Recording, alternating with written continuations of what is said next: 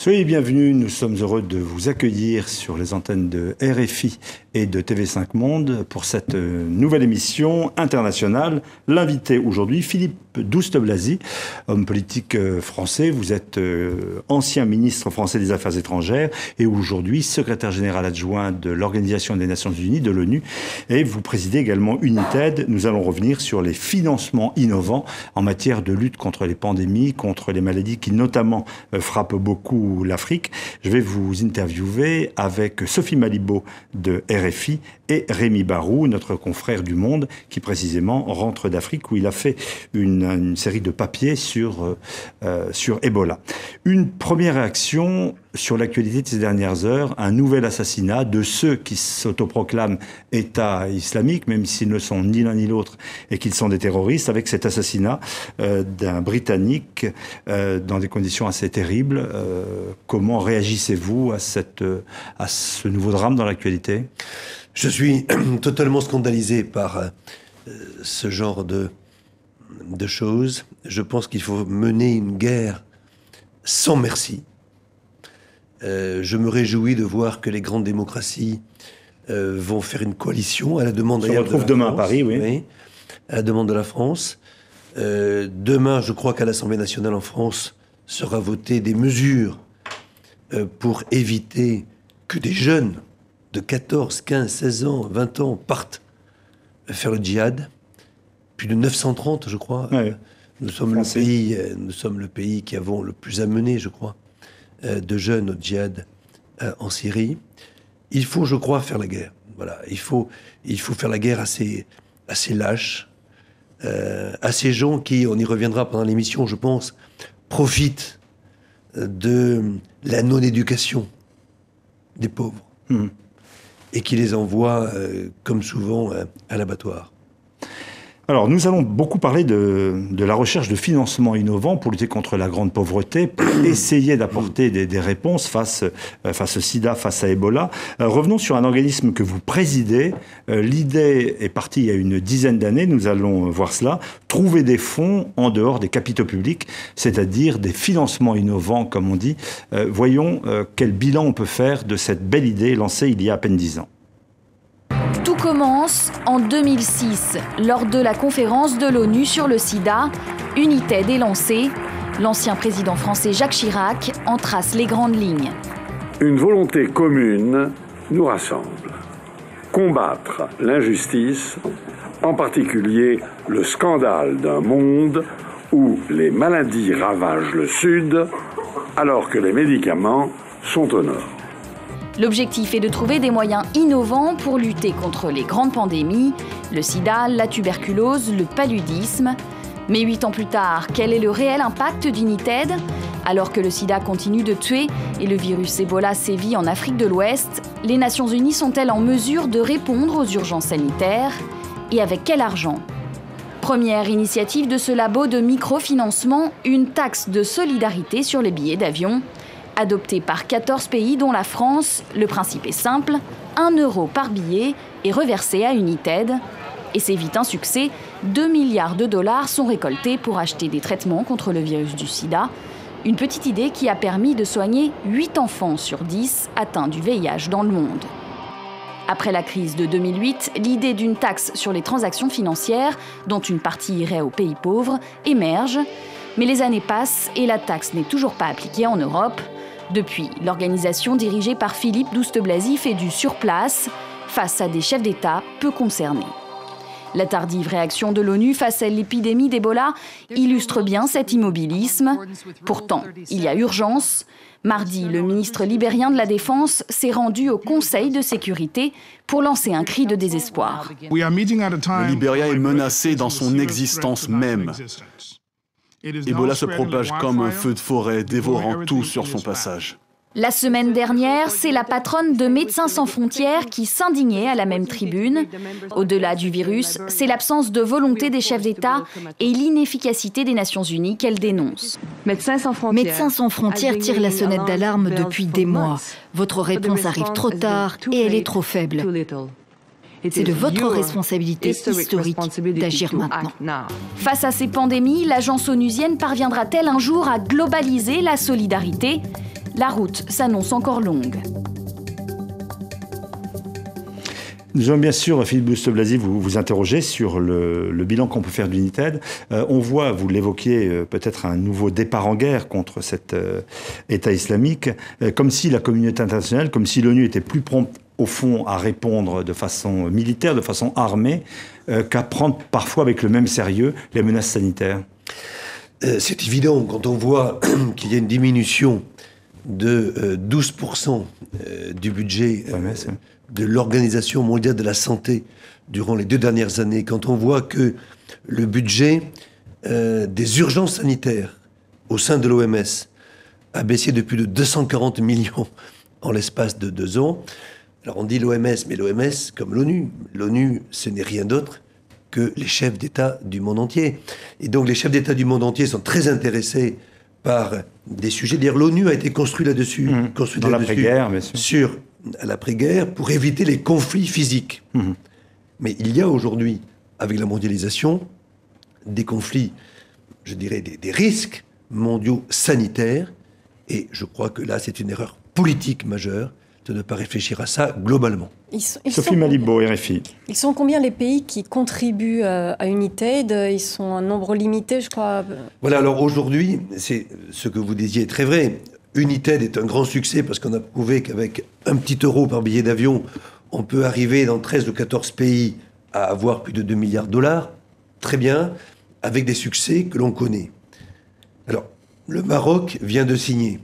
J'espère que le Japon, en 2015, viendra. L'Inde, pourquoi pas? Enfin, pour l'instant, on n'est quand même que 14. Il y a sur 190 pays. Oui, sur 194 pays dans le monde.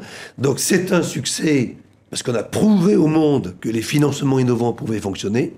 C'est un échec, dans la mesure où les pays ne sont pas, aujourd'hui, généreux, alors que c'est pas les pays qui payent. Et quels sont les arguments? Pourquoi? Voilà. Chaque fois que je vois un chef d'État, il me dit « c'est formidable.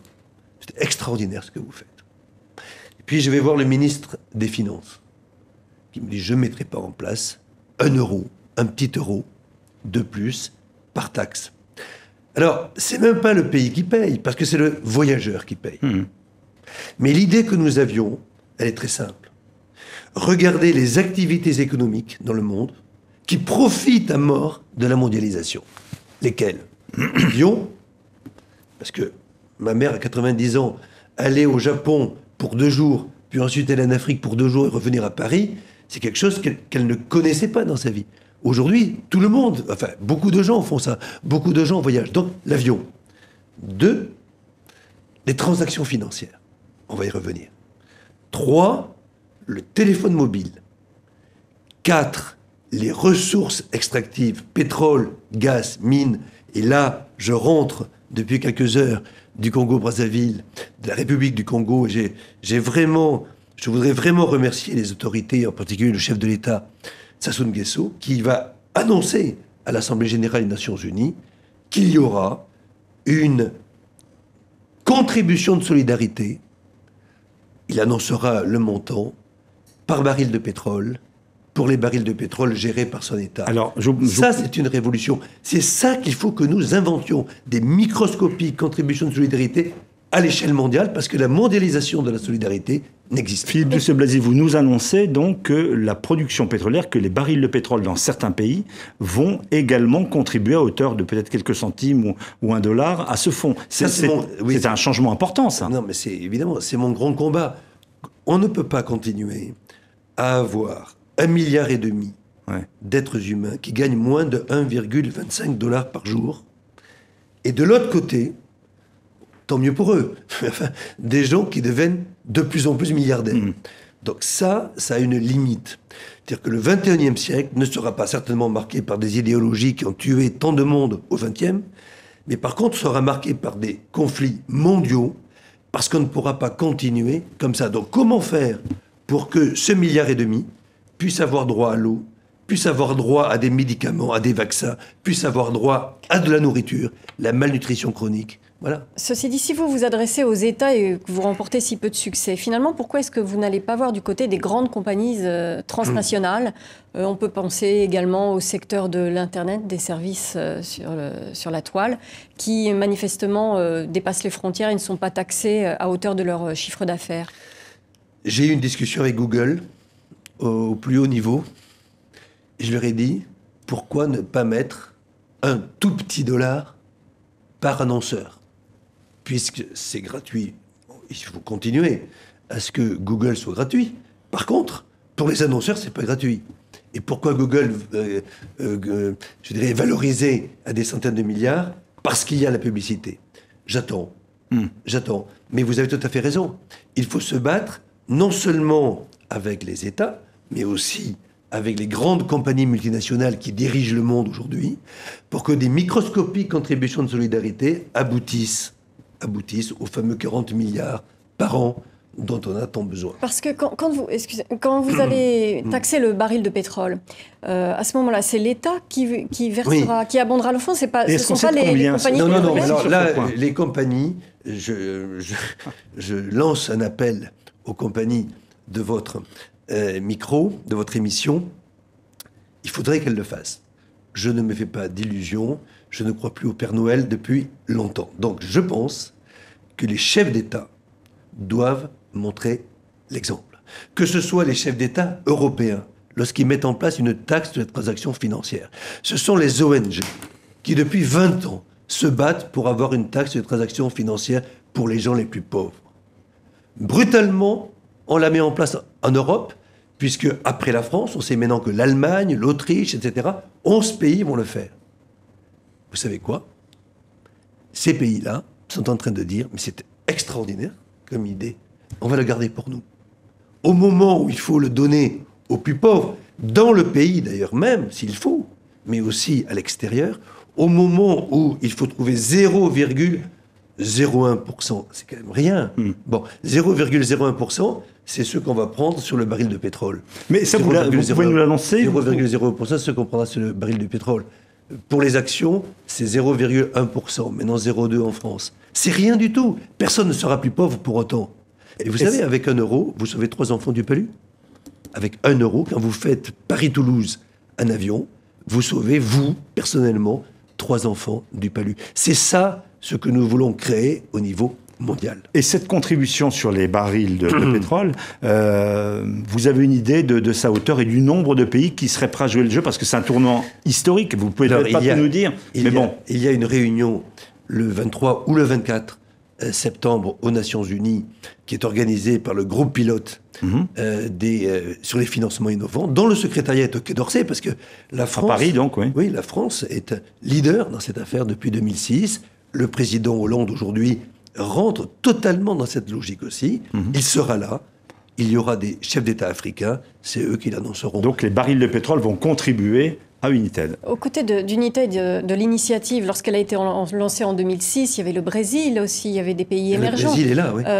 Maintenant, des pays comme les États-Unis, la Chine, pays émergents mais extrêmement riches en potentiel, ces pays-là, qu'est-ce qui... C'est une guerre permanente pour convaincre les uns et les autres. Bill Clinton et Bill Gates ont eu l'amabilité de venir à mon invitation pour expliquer l'importance d'United dans le monde. Ils sont venus à Paris. Je leur ai dit que le mieux serait de le faire aussi à New York ou à Washington. Il faut que les États-Unis viennent. En tout cas, le Japon, c'est prévu. L'Inde, nous sommes assez avancés. Le Maroc vient d'arriver. Et la Chine, je crois, enfin bon, ce sont des discussions actuellement entre nous, mais qui n'ont pas abouti. Donc il faut se battre pour ces financements innovants. Regardez l'aide publique. L'aide publique est en train de baisser. Pourquoi? Parce qu'il est difficile de demander à un député grec, espagnol, portugais, français et même américain aujourd'hui d'augmenter l'aide publique à 5000 km de chez eux, alors que la pauvreté frappe à leur porte. Et justement, vous pensez que votre mécanisme de financement innovant ne risque pas de se substituer à l'effort public, de l'aide publique au développement? Ça, c'est la grande question. Si ce n'est pas additionnel, tout ce que je fais, toute ma vie, est réduite à néant.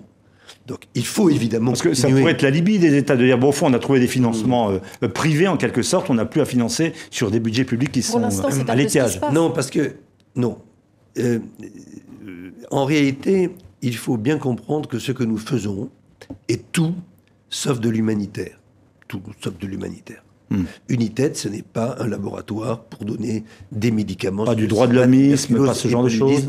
Bien sûr que c'est ça. Mais ce n'est pas que ça. C'est de la politique. On ne peut pas laisser 1,5 milliard de gens. Al-Qaïda, les radicaux extrémistes ont parfaitement compris. Aujourd'hui, en Afrique subsaharienne, dans le Sahel, il y a aujourd'hui des bases Al-Qaïda, il y a des bases de radicaux extrémistes. Vous le savez mieux que moi, puisque vous y allez souvent. Eh bien, le terreau pour l'extrémisme, c'est quoi? C'est l'extrême pauvreté. Le terreau pour l'extrémisme, y compris pour tous les dictateurs du monde, c'est la non-éducation. Et donc, je crois qu'il faut passer à une étape, l'étape où, avec des financements innovants, nous permettrons de donner les biens publics mondiaux à ceux qui ne l'ont pas. Rémi Barou, Le Monde. Oui, mais pourquoi et comment expliquer ce retard de réponse de la part des États? Alors, il y a la question des financements, on vient d'en parler. Il y a la question des moyens aussi. Et sur le terrain, quand on est en Guinée ou en Sierra Leone ou Libéria, les intervenants disent c'est pas l'argent. Là, il nous faut des hommes, il nous faut de la logistique, il nous faut des logisticiens, des infirmières. Et on a l'impression que les États ne savent pas répondre. Ils savent répondre militairement, mais pas sanitairement. Oui, alors, deux choses. D'abord, en ce qui concerne l'Organisation mondiale de la santé, je pense qu'il faut qu'elle se dote d'une force d'action rapide, multinationale. Nous avons des épidémistes, nous avons des bactériologistes, nous avons des infirmières, nous avons des gens qui pourraient se déployer.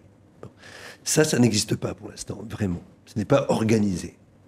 Regardez ce qui s'est passé après le séisme d'Haïti, regardez ce qui s'est passé au moment du tsunami, il y a eu des réponses. On a même fait marche arrière, puisqu'il y avait un département de réaction aux situations d'urgence qui a disparu. On fait marche arrière. Alors, maintenant, pourquoi? J'ai fait ce métier, entre guillemets, d'homme politique pendant 20 ans. Et nous sommes pris quelque part dans le piège de la démocratie. Nous réagissons uniquement dans l'urgence. Pour aller à la télévision, quand il y a des émotions, aujourd'hui il y a une émotion sur Ebola. Vous faites des papiers, M. Barou, formidable, M. Favreau en fait la Libération, etc. Mais il y a 4 mois, 5 mois, il n'y avait pas de papier. Il n'y avait pas d'article. Il n'y avait pas cette émotion. Personne ne parlait d'Ebola. Et pourtant, c'est là où il fallait développer pour éviter. Donc, la question aujourd'hui, c'est d'être, je crois, un peu plus réfléchi, de réfléchir à une organisation, une gouvernance nouvelle mondiale, basée sur ces microfinancements mondiaux, basés sur des activités économiques qui, franchement, ne pâtiront absolument pas de ces microscopiques contributions, mais qui seront gérées au niveau mondial. C'est ça qui nous manque. Je termine là-dessus. La mondialisation de l'économie a été faite par qui? Par des hommes d'affaires. Les hommes d'affaires sont globaux. Il ne viendrait pas à l'idée d'un grand homme d'affaires de penser que Haute-Garonne ou Midi-Pyrénées ou France. La mondialisation de la communication a été faite par qui? Patron de Facebook, d'Apple, de Google, des hommes d'affaires globaux. Mais la solidarité, elle ne dépend pas des hommes d'affaires, elle dépend des hommes politiques. Les hommes politiques, malheureusement, ne sont pas suffisamment globaux. Ils sont élus en France, par exemple, et ils vont être réélus en France. Ils ne vont pas être réélus ni aux États-Unis, ni en République démocratique du Congo. Donc ce n'est pas porteur électoralement. Et donc ce n'est pas porteur. Et donc on fait des grands discours et on revient vite. Mais revenons. Il est temps d'organiser une gouvernance mondiale dans le monde. Le rôle de l'OMS, l'Organisation mondiale de la santé, le virus Ebola a été déclaré au mois de mars. Il a fallu 5 mois avant que cette organisation, qui tout de même est informée, vous nous dites un mot avant la pause dans un instant, et on va largement y revenir. Déclare la maladie comme un danger de santé publique. Oui, c'est ça. Parce que je pense qu'on manque de politique. Il ne doit pas y avoir que des techniciens. Il doit y avoir aussi des gens dans des sujets aussi forts que la santé publique mondiale. Il doit y avoir aussi une vision politique des choses. Philippe Douste-Blazy, je vous interromps. Nous faisons une pause d'actualité. C'est nous qui sommes dans cette contingence. Pause d'actualité sur l'antenne de RFI et de TV5. On vous retrouve et on va beaucoup parler de Ebola. Retour sur le plateau d'International. Nous recevons aujourd'hui Philippe Douste-Blazy, secrétaire général adjoint de l'ONU, président d'United, ancien ministre français des Affaires étrangères. Et juste avant cette pause d'actualité, nous parlions, Sophie Malibaud, d'Ebola. Oui, quid de la responsabilité de l'Organisation mondiale de la santé pour avoir mis plus de 5 mois à déclarer la maladie comme une urgence de santé publique? Alors d'abord, l'Organisation mondiale de la santé, je crois qu'on peut dire beaucoup de choses, mais s'il y a bien des gens sérieux qui font les normes de toute la santé publique dans le monde, c'est l'OMS. Donc, moi, je suis un grand admirateur de ce qu'est l'Organisation mondiale de la santé. Ensuite, la question que vous posez est très importante. 5 mois, c'est long. Non, mais bien sûr. Avec du recul, on le voit, c'est très long. Il n'y a pas, aujourd'hui, une force d'action rapide pour répondre dans l'urgence à l'OMS. Je le regrette. Il faut la mettre en place. Ce sont les pays qui donnent de l'argent tous les ans à l'OMS qui doivent avoir ce discours. Il faut arrêter d'avoir des discours purement techniques à l'OMS. Il faut avoir des discours politiques.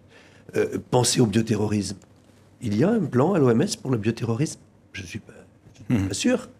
Or, les États en ont.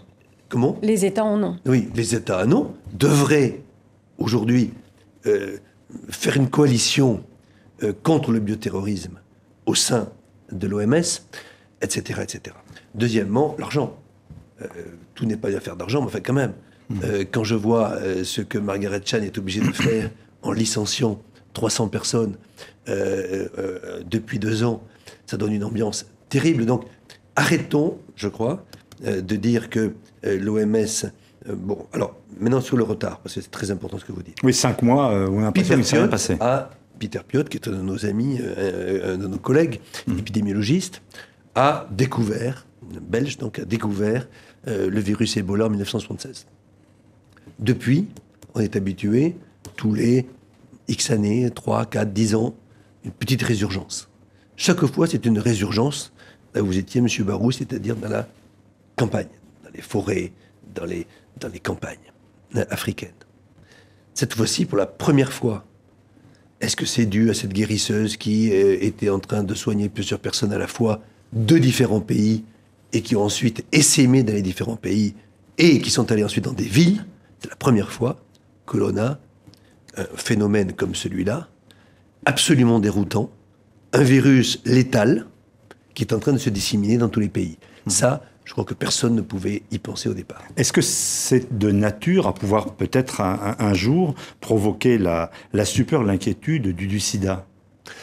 Ah non, mais là, on a affaire à quelque chose qui est absolument terrible, terrifiant. Je veux dire, on ne sait pas du tout ce qui va se passer. Personne ne peut vous dire aujourd'hui ce qui va se passer. Le président du Libéria dit ça peut faire disparaître mon pays. Non, mais moi je crois que si vraiment la réponse, ce qui est le cas, avec une coalition, j'appelle une coalition internationale contre Ebola. Et il faut que pendant la prochaine Assemblée Générale des Nations Unies, il y ait derrière Navarro, qui est aujourd'hui l'envoyé spécial du secrétaire général Ban Ki-moon là-dessus, il faut qu'il y ait une coalition, il faut qu'on mette beaucoup d'argent, les uns et les autres, pour arrêter ça, tant qu'on peut l'arrêter, en Afrique. Vous vous rendez compte, le nombre d'avions tous les jours qui traversent le virus Ebola n'a pas de frontières.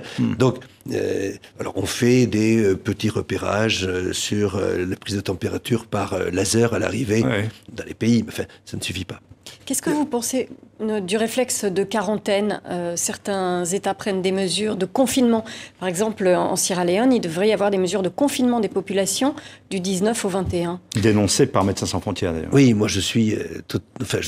D'abord, je voudrais saluer Médecins sans frontières, parce que c'est quand même eux qui, une fois de plus, ont vraiment tiré le signal d'alarme. Ce sont des gens extraordinaires avec qui nous travaillons beaucoup à United.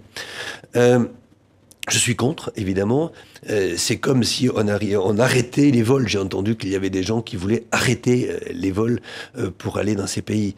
Bien évidemment, non. Ça serait terrible. C'est ajouter une crise économique à la crise sanitaire. Une crise économique, mais c'est pas comme ça qu'il faut faire. Il faut mettre tout ce qui est possible et inimaginable pour aller là-bas, les soigner et essayer d'arrêter et enrayer les choses. Rémi Barraud. Est-ce que vous pensez que les services sanitaires des armées, l'armée française, l'armée américaine, qui ont les capacités et la logistique, doivent intervenir ? Bien sûr, moi je crois que c'est ça la coalition internationale. C'est qu'il faut aller sur place avec nos connaissances. Le pronostic d'Ebola, quand vous avez Ebola, vous avez en Afrique, aujourd'hui c'était 90%, maintenant je crois que c'est 70-75% de risque de mort. Bon. Si vous êtes traité dans des soins intensifs dans des pays occidentaux, je crois qu'on passe entre 10 et 20%. Bon. Non, je ne dis pas qu'il faut mettre des soins intensifs, mais enfin, je dis simplement que déjà soigner comme il faut les gens, éviter qu'il y ait tous ces morts, parce que avec les rites funéraires, avec les habitudes culturelles africaines, il y a aussi des propagations très, très rapides. Donc je crois vraiment, mais un dernier mot, qu'est-ce que ça veut dire Ebola ? Ebola, ça veut dire que l'extrême pauvreté s'accompagne de corruption. L'extrême pauvreté s'accompagne de non-éducation. Et l'extrême pauvreté s'accompagne de conflits et de guerres. Sierra Leone, Libéria, Guinée, Conakry, que des endroits où il y a eu des guerres pendant des 20-30 ans. Et qu'est-ce qu'on a fait ? Ils ont tout fait, sauf, même nous, mettre en place des systèmes de santé. Alors, même United, moi, United, ce qui m'intéresse, c'est que je montre que des microfinancements mis bout à bout peuvent apporter des milliards. C'est ça mon but politique. Mais on fait ce qu'il faudrait faire. C'est pas apporter uniquement des médicaments, c'est mettre en place des systèmes sanitaires. Et le serment d'Abuja, c'est quoi le serment d'Abuja il y a 15 ans ? Monsieur le ministre de la Santé de tel pays africain, oui, je vous aiderai, mais vous, mettez 15% du budget dans la santé. Or aujourd'hui, malheureusement, tout part à la guerre, tout part dans les ministères de la Défense. Mais justement, au Libéria, ils ont mis, je crois, 18% de leurs dépenses dans la santé. Ça n'a pas empêché de faire qu'ils sont le pays le plus touché. Bien sûr, mais depuis combien de temps ? Depuis que Mme Hélène Sirleaf est là, c'est-à-dire depuis 7 ans. Vous savez comme moi, politique de santé, ça prend 20, 30, 40 ans. Mais il faut le faire. Rémi Barraud. Mais est-ce que les Occidentaux n'ont pas aussi une responsabilité ? On a souvent conçu l'aide sanitaire dans des programmes bilatéraux, mais dédiés à des maladies. On disait, voilà de l'argent pour la protection maternelle infantile, pour le sida. Est-ce qu'il ne faut pas dire à un moment donné, l'argent, on veut juste construire des hôpitaux, que vous ayez des ambulances et des personnels formés, et ne pas rentrer dans des programmes seulement dédiés, même s'il en faut. Mais bien sûr, mais sans même aller jusqu'aux hôpitaux, des dispensaires dans l'ensemble du territoire d'un pays, ne pas attendre que les gens soient obligatoirement médecins, et peut-être trouver quelque chose entre l'infirmière et le médecin de brousse, on va dire. Le personnel, je crois que l'Afrique paye 30% de la morbidité, le nombre de maladies dans le monde. Pour 30%, c'est en Afrique. Et en termes de professionnels de santé, c'est 1%. Donc, il n'y a pas de professionnels de santé. Donc, la grande urgence, c'est de mettre en place un système de santé minimal en Afrique. Surtout ne pas vouloir faire des grands CHU pour faire comme, disons, en Occident. Parce qu'avec l'argent d'un CHU qui va servir à quelques personnes de l'élite, entre guillemets, vous pouvez sauver des millions d'enfants. Donc l'idée, et vous avez tout à fait raison, je crois que c'est de prendre le FMI, qui donne beaucoup, la Banque mondiale, qui donne beaucoup, et puis les agences onusiennes comme l'OMS, comme le PNUD, comme l'UNICEF, et faire un jour une très très très grande conférence entre nous, et en disant, qu'est-ce qu'il faut faire ? Il faut certainement mettre en place des systèmes de santé. Vous mentionnez le FMI, le Fonds monétaire international a longtemps défendu des politiques dans ces pays-là qui ont amené finalement à la dégradation des systèmes de santé c'est bien pour ça que c'est bien pour ça que je parle du FMI. Je suis complètement d'accord avec vous. Je pense qu'il y a eu des erreurs. De fait, il faut faire, je dirais, les bases, tirer les bases, tirer les leçons et jeter les bases d'un système de santé public dans les pays les plus pauvres du monde. Rémi Barraud, Le Monde. Oui, parce que sur d'autres dossiers, comme par exemple l'idéal d'une protection sociale universelle, qui serait une aide dans la lutte contre ces pandémies, on s'aperçoit que ça n'avance pas tellement. Non, parce que, si vous voulez, je crois que, là aussi, je travaille beaucoup avec la Fondation des financements innovants, avec Robert Philippe. Et c'est un sujet que nous voulons aborder. Si, imaginons que les financements innovants arrivent par l'intermédiaire du pétrole, du gaz, des mines, un jour on est à $1 milliard par an. Moi, je crois que ce jour-là, il faudra essentiellement le mettre en prenant 5-6 pays pilotes et en expliquant que nous allons mettre en place un système de santé de base. Vous verrez que la croissance de ces pays passera de 4,5% à 11% en l'espace de 4-5 ans. Parce que, je vais prendre juste un exemple, une maladie que personne ne connaît. Personne ne connaît. La malnutrition chronique. Ce sont des enfants, vous les voyez, ils vont très bien, ils jouent au foot. Sauf que pendant les 1000 premiers jours de leur vie, 9 mois de grossesse et les 2 premières années, il leur a manqué de la vitamine B1, B6 et des lipides, des graisses. Au bout de la 2e année, un neurone sur 5 ou sur 6 est détruit. Ce sont des enfants qui vont à l'école, qui ne comprennent pas ce qu'on leur dit. Retard scolaire. Vous savez combien il y a d'enfants en Afrique subsaharienne comme ça? 30%. Comment voulez-vous, avec rien du tout, au Cameroun par exemple, avec 5 millions de dollars par an pendant 5 ans, vous réglez le problème de la malnutrition chronique. Voilà quelque chose qui devrait être fait entre Fonds mondial, FMI, Fonds mondial, Banque mondiale et bien évidemment l'ONU. Ça serait très vite fait. Et vous changez totalement l'économie de l'Afrique. Alors vous parlez de pays qui sont confrontés à cette pauvreté extrême. Vous parlez à l'instant du Cameroun, le Nord Cameroun ou le Nigeria. Il y a en même temps ce terrorisme, Boko Haram. Il faut commencer par quoi? Qu'est-ce qu'il faut régler en premier lieu? Le monde va mal parce qu'il est très pauvre en Afrique ou parce qu'il y a des idéologies qui dévastent tout? Non, moi je pense que je suis médecin et je pense que l'humiliation, c'est la pire chose que nous avons en nous, dans le noyau dur. Quelqu'un qui est humilié est capable de tout. Alors, on le voit dans nos vies privées, on le voit dans nos vies familiales, on le voit dans nos vies professionnelles, et on le voit dans la vie politique internationale. Comment voulez-vous que des gens qui ne peuvent pas manger tous les jours, en République démocratique du Congo, sur 4 personnes, il y en a un qui va manger le lundi, l'autre le mardi, l'autre le mercredi, l'autre le jeudi. Je l'ai vu il y a quelques jours. Pourtant, c'est un pays riche. Non, mais oui, voilà. De l'autre côté, lorsque vous voyez ces gens-là qui ont leurs petits frères, leurs petites sœurs, qui meurent de palu parce qu'il manque 40 centimes de dollars. 30 centimes d'euros. Hein. 30 centimes d'euros. Il manque. Là. Donc, ils meurent. Bon. Quand nous, on voit ce qu'on fait lorsque le petit-fils ou la fille est hospitalisé à Necker. Le drame que ça... Grand hôpital parisien. Grand hôpital parisien. Très bien. Lorsque ces gens-là, par Internet, vont apprendre combien vaut un repas à Paris ou à New York, il y a de quoi quand même. Si quelqu'un vient à côté de vous en disant « Regarde ça, il y a des injustices au nom de... » Alors malheureusement, ça peut être Dieu, ça peut être autre chose. Et c'est ça, aujourd'hui, le terreau. Si les Occidentaux, très rapidement, ne se réveillent pas, et bien sûr qu'il faut faire la guerre, comme je l'ai dit tout à l'heure, à des djihadistes qui décapitent des gens. Mais il faut surtout faire la guerre à l'extrême pauvreté. C'est l'extrême pauvreté qui va nous entraîner notre chute. L'après-deuxième guerre mondiale a été marquée, vous le rappelez tout à l'heure, par sa création, par une structure importante, celle de l'ONU, dont vous êtes secrétaire général adjoint.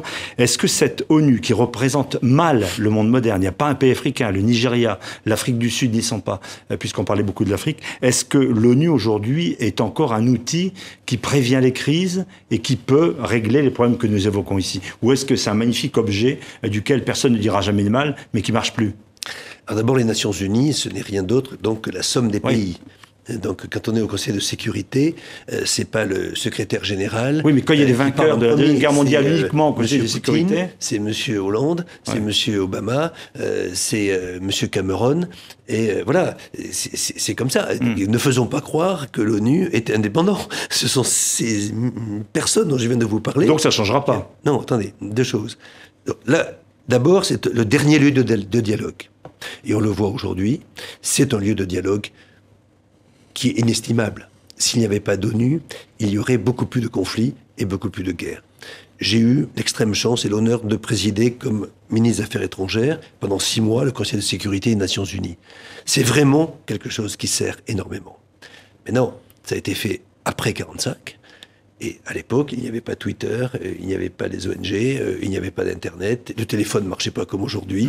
Et donc là, je crois en effet qu'il faut peut-être faire, je dis modestement, mais ce que nous avons fait au conseil d'administration d'United. Qui avons-nous? Les chefs d'État.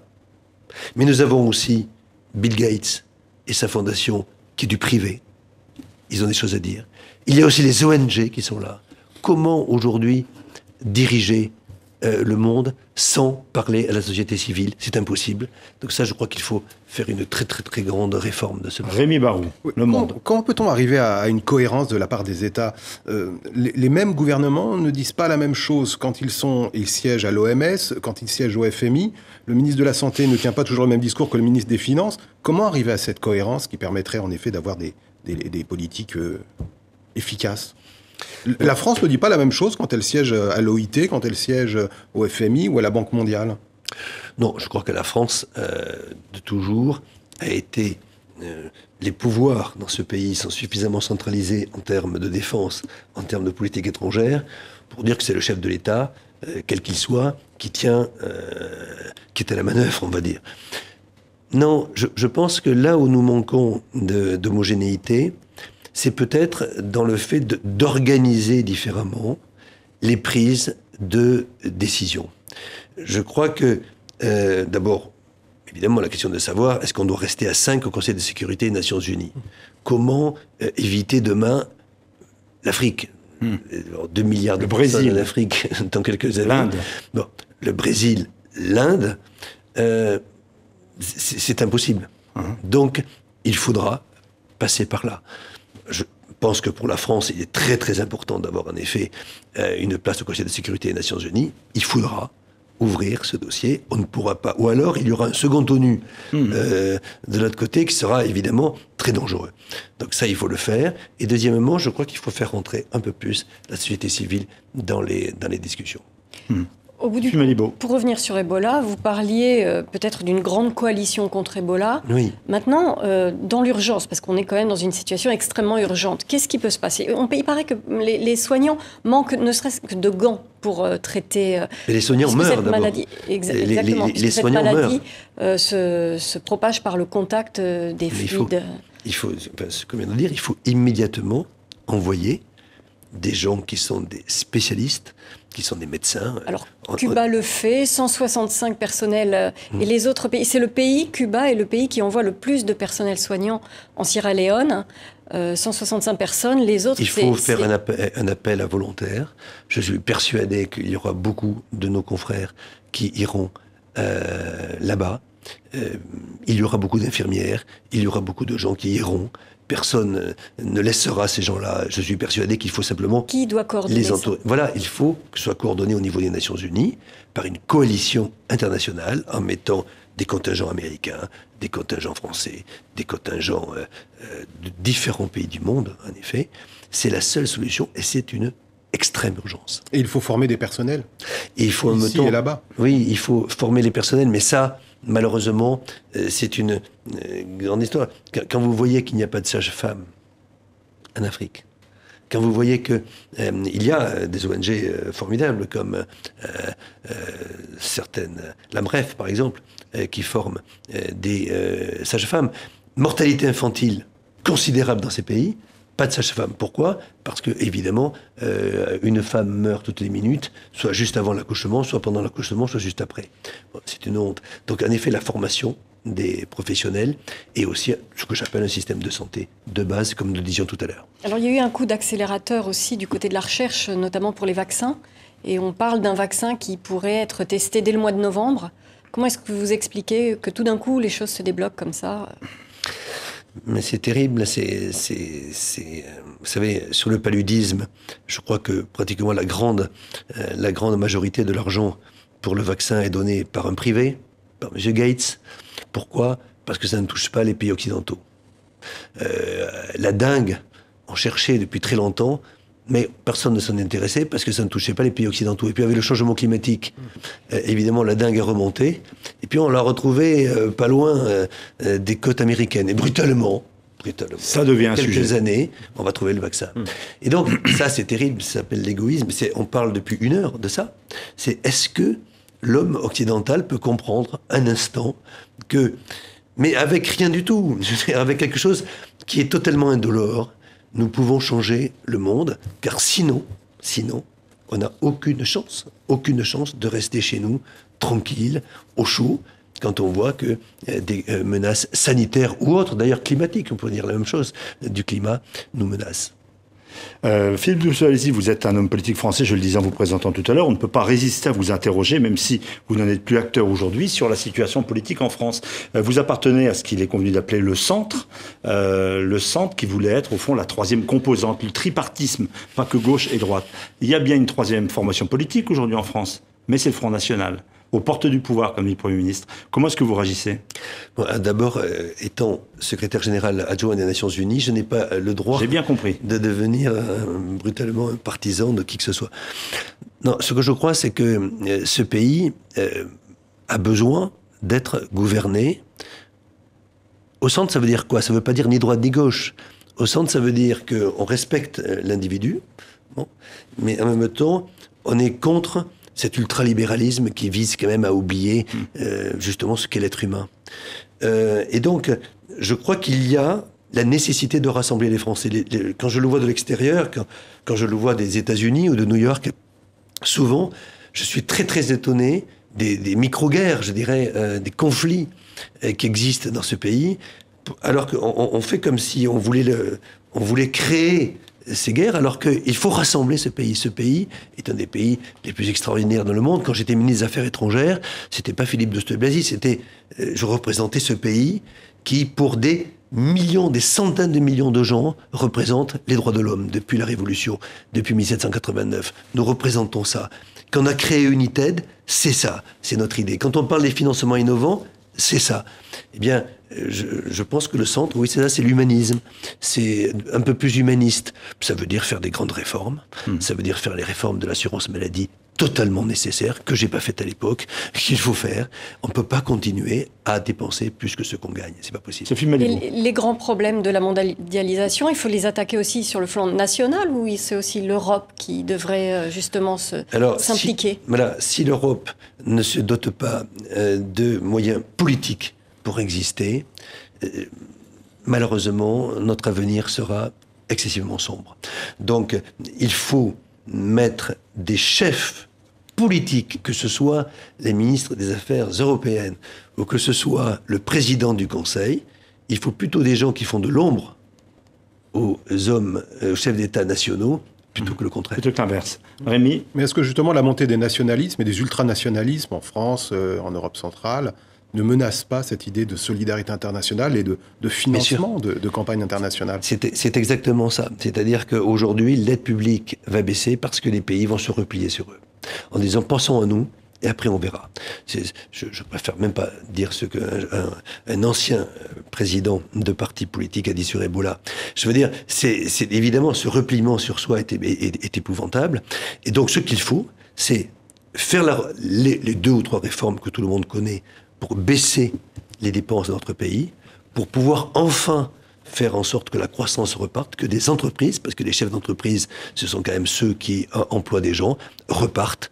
Regardez ce qui s'est passé en Allemagne après Schröder, regardez ce qui se passe en Pologne, alors que ces gens-là ont fait des réformes extraordinaires, il faut repartir comme ça. Dernière question, Sophie Malibaud. On baisserait les dépenses, mais on sanctuariserait tout de même l'aide publique au développement. Regardez ce qui s'est passé au Royaume-Uni. Au Royaume-Uni, M. Cameron a baissé de 92 milliards de livres sterling son budget en sanctuarisant une seule chose, le DFID, le ministère de l'Action du Développement britannique. Il faut faire pareil. Merci Philippe Douste-Blazy d'avoir été aujourd'hui l'invité d'International. Merci pour votre présence. Je rappelle que vous êtes secrétaire général adjoint de l'ONU. Nous reparlerons d'ailleurs prochainement sur nos antennes de RFI ou TV5 de l'Assemblée Générale qui va se dérouler. Excellente suite de programme sur les antennes de RFI et de TV5 Monde. Merci.